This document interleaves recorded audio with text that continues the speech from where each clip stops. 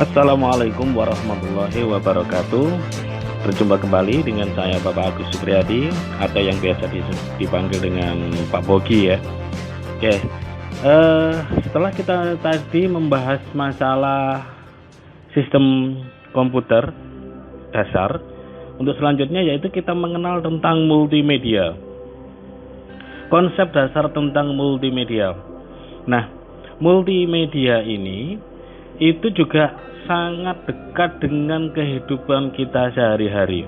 Banyak perangkat, banyak konsep gambar, banyak sekali desain yang berada di lingkungan kita. Benar apa tidak? Nah, gitu. Nah, yang namanya multimedia itu tidak harus bergerak. Multimedia itu, hasil perangkat multimedia tidak harus suara. Perangkat multimedia itu tidak harus berbentuk animasi, karena semua konsepnya itu adalah sebuah hasil ya. Jadi kalau dijelaskan atau dijabarkan adalah seperti ini. Apa sih multimedia itu? Apa dasar multimedia itu? Multimedia adalah penggunaan komputer untuk menggabungkan informasi. Sekali lagi, penggunaan komputer untuk menggabungkan informasi berupa teks, gambar, suara, animasi, atau bahkan video untuk ditampilkan. Artinya di sini banyak sekali yang bisa kita manfaatkan. Bisa foto, bisa teks, gambar, atau bahkan gabungan dari beberapa itu tadi. Gabungan dari teks, gabungan dari gambar, gabungan dari suara, kemudian diberikan animasi, kemudian ditampilkan. Nah, itu adalah konsep dasar dari multimedia. Kemudian kalau kita sudah tahu dari konsep dasar sebuah multimedia, ada hal yang perlu kita pahami juga, bahwasanya multimedia itu ada yang bersifat multimedia linear atau tetap, dan ada multimedia interaktif, artinya dapat dikendalikan. Wah, apalagi nih ya, ada multimedia linear, ada kemudian multimedia interaktif. Artinya begini, hasil multimedia di sini ini yang dapat dikendalikan itu adalah adanya konsep, ada feedback. Ada konsep, ada feedback. Jadi pada saat saya yang membuat, Anda memberikan feedback yang ada di situ. Ini sudah mulai sedikit paham ya. Contohnya seperti apa ini? Misalnya adalah penggunaan game. Dari develop itu ya, dari game itu. Itu berarti ada yang menciptakan sebuah perangkat multimedia dan ada yang bisa memberikan feedback, memberikan pengendalian, bisa mengisi, bisa mengurangi. Atau kalau tidak itu yang lain lagi, perangkat multimedia yang lain. Misalnya Anda menggunakan, nah ini yang baru ya, misalnya kayak TikTok gitu. Itu juga sama. Jadi mereka diberikan sebuah perangkat multimedia, mereka menggunakan foto, kemudian menggunakan animasi, menggunakan teks, menggunakan video dan suara. Hasilnya bisa di-upload misalnya.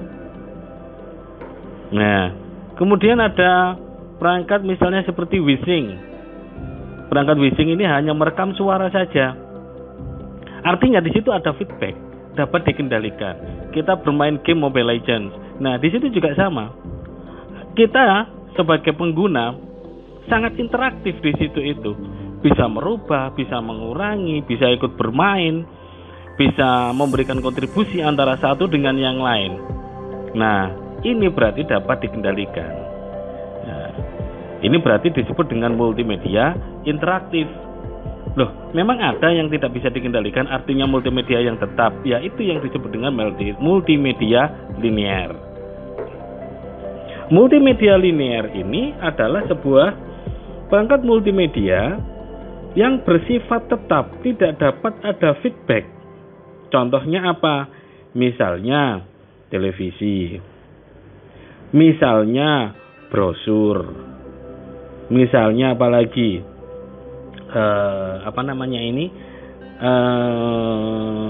majalah, koran dan lain sebagainya. Jadi tidak saat itu dia bisa langsung menggunakan perubahan. Nah, jadi user atau pemakai, viewer atau penonton hanya bisa melihat saja, gitu loh. Tidak dapat berinteraksi di dalamnya. Nah, misalnya itu ada brosur, Anda hanya bisa membaca saja. Oh, ada pengumuman ini itu, dan lain sebagainya. Anda tidak dapat merubah gambar yang ada di dalamnya sebagai viewer, ya kan? Terkecuali kalau adminnya sendiri yang merubah. Nah, itu baru berbeda, itu lain lagi konsepnya. Nah, artinya perlu dipahami di sini. Oh, berarti multimedia di sini ada nggak ya, misalnya multimedia yang hanya berupa teks gitu, nggak pakai gambar dan lain sebagainya? Ada, misalnya running text yang ada di jalan-jalan, running text yang ada di dalam masjid sebagai pengumuman waktu sholat, pengumuman jadwal sholat dan lain sebagainya. Running text itu. Nah, itu juga multimedia juga, basicnya adalah teks. Nah, pada saat kita menggunakan perangkat tersebut, itu intinya kita sebagai viewer atau sebagai user sudah kita pilih dari awal tadi. Ada yang tetap dan ada yang interaktif. Mungkin sudah sangat bisa dipahami ya, yang linear mana, yang interaktif mana. Kemudian elemen-elemen apa saja yang bisa digunakan untuk membuat sebuah multimedia, hasil dari multimedia. Elemen-elemennya banyak sekali. Ada teks, ada animasi, grafik, gambar, image, suara, video. Nah, banyak sekali yang bisa kita ambil dari sini. Kalau video berarti kan harus ada suara ya? Tidak tentu juga. Memang ada beberapa video itu memang kita harus menggunakan suara. Kok bisa? Ya memang seperti itu. Contohnya apa? Pada saat kita melakukan USG ultrasonografik yang digunakan untuk melihat mungkin untuk melihat kondisi dalam tubuh ya. Seperti X-ray, sinar X itu, tetapi di sini menggunakan video.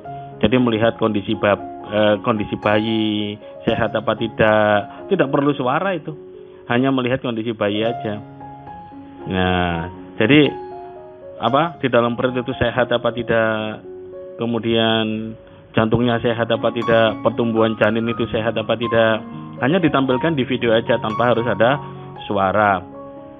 Terus bisa nggak ya hanya teks doang, nggak pakai yang lain, hanya teks dan animasi? Ya bisa aja. Ada teks, ada animasi tanpa grafik, tanpa suara, tanpa video, bisa. Ya seperti yang saya contohkan di awal, misalnya untuk membuat teks animasi. Seperti teks di running text, di running text itu. Nah, itu juga adalah bagian dari perangkat multimedia. Kalau grafik aja bisa nggak ya? Karena pada saat yang namanya perangkat multimedia juga adalah sebagai penyampai pesan kan.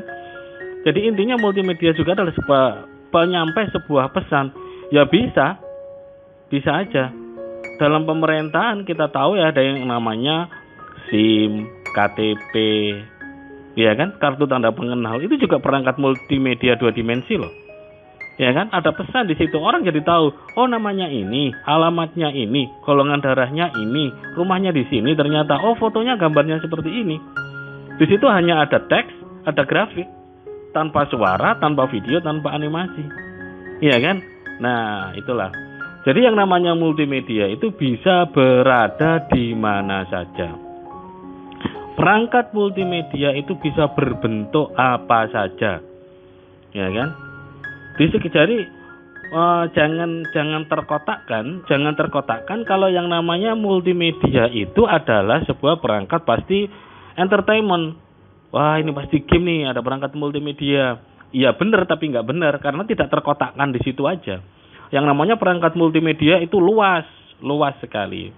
Kemudian seperti orang membuat MP3 itu ya, MP3. Mungkin dia lagi covering lagu gitu. Ya jelas lah kalau covering lagu di situ, kalau kita lihat misalnya di YouTube itu, ya jelas itu ada gabungan teks, ada animasi, ada grafik, ada suara, ada video. Tapi pada saat itu kemudian dijadikan dalam bentuk MP3 hanya keluar suara, nggak ada teksnya, nggak ada animasinya, nggak ada gambarnya, nggak ada videonya, hanya suara aja.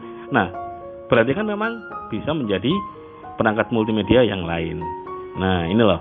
Jadi kita harus pahami itu. Jadi luas sekali. Kemudian ini saya berikan contoh ya, fungsi multimedia dalam beberapa aspek ini. Misalnya fungsi multimedia dalam pendidikan. Multimedia dalam proses pembelajaran secara umum dapat menciptakan ini: satu, suasana interaktif pada siswa, meningkatkan kualitas belajar, meningkatkan daya tarik, kemauan, imajinasi siswa. Kemudian untuk proses-proses yang rumit itu akan menjadi lebih mudah pemahamannya. Misalnya begini, dengan hadirnya PowerPoint, dengan hadirnya aplikasi 3 dimensi, dengan hadirnya aplikasi gambar, misalnya Corel Draw atau AI dan lain sebagainya, itu sangat membantu dalam proses kita belajar.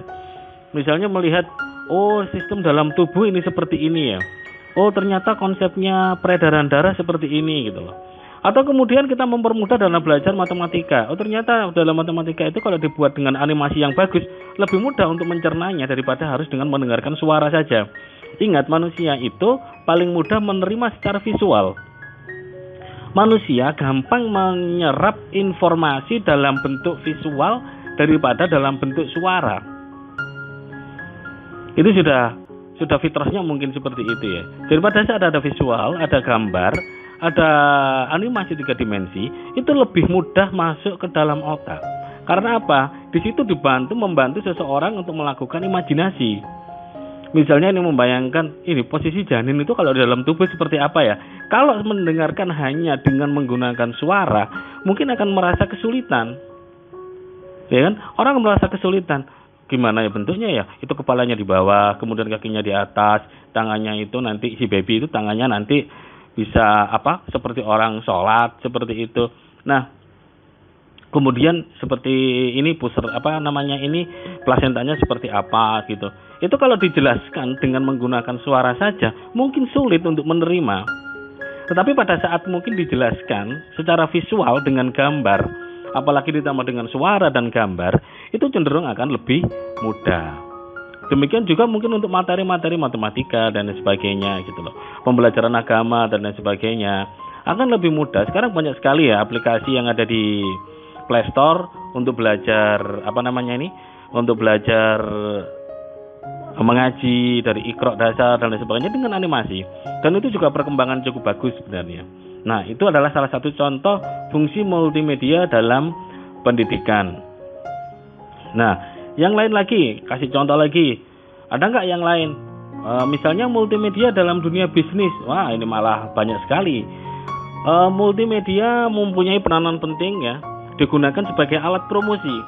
Jadi multimedia bisa digunakan sebagai salah satu alat promosi. Digunakan untuk menampilkan grafik, untuk menampilkan perkembangan harga saham, forex, jangkauan pemasaran, dan lain sebagainya. Kemudian yang paling dekat dengan kita, misalnya bagaimana orang bisa membuat brosur, ya kan? Kemudian ini yang paling sering membuat ini loh. Misalnya kalau kita buat video seperti WA Story itu ya, seperti WhatsApp Story, bikin video story yang isinya mungkin tentang pemasaran bisnis gitu. Kan mungkin lebih baik seperti itu ya daripada bikin WA Story yang galau-galau seperti itu. Jadi kurang nyaman kalau ngelihatnya. Oke.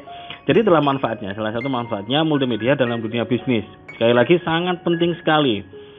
Ada suara, ada gambar, ada grafik, ya kan? Ada video, ada animasi. Sangat pas sekali dalam dunia bisnis. Kemudian dalam bidang kesehatan, sedikit sudah saya singgung tadi ya, bagaimana mungkin multimedia menggambarkan secara 3 dimensi yang namanya bakteri seperti apa. Mungkin kalau sekarang ini ya ada banyak animasi-animasi bagaimana kita harus menghindari COVID-19. Ini banyak sekali di situ itu. Nah, artinya apa? Di sini kita bisa pahami. Di sini kita pahami bahwasannya yang namanya multimedia itu berada di mana saja, dalam bentuk apa saja, dalam konsep apa saja. Tidak terkotakkan pada yang namanya aspek, oh berarti multimedia pasti itu video ya. Enggak juga.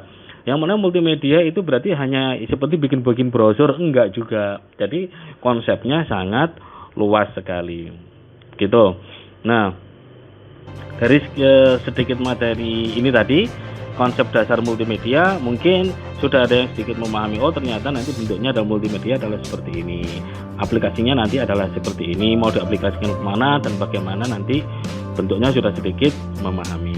Oke, mungkin itu sedikit saja dari Pak Bogi menjelaskan tentang konsep dasar multimedia. Untuk selanjutnya jangan lupa kita harus mengerjakan tugas. Bagaimana bentuk tugasnya nanti akan kita share di grup.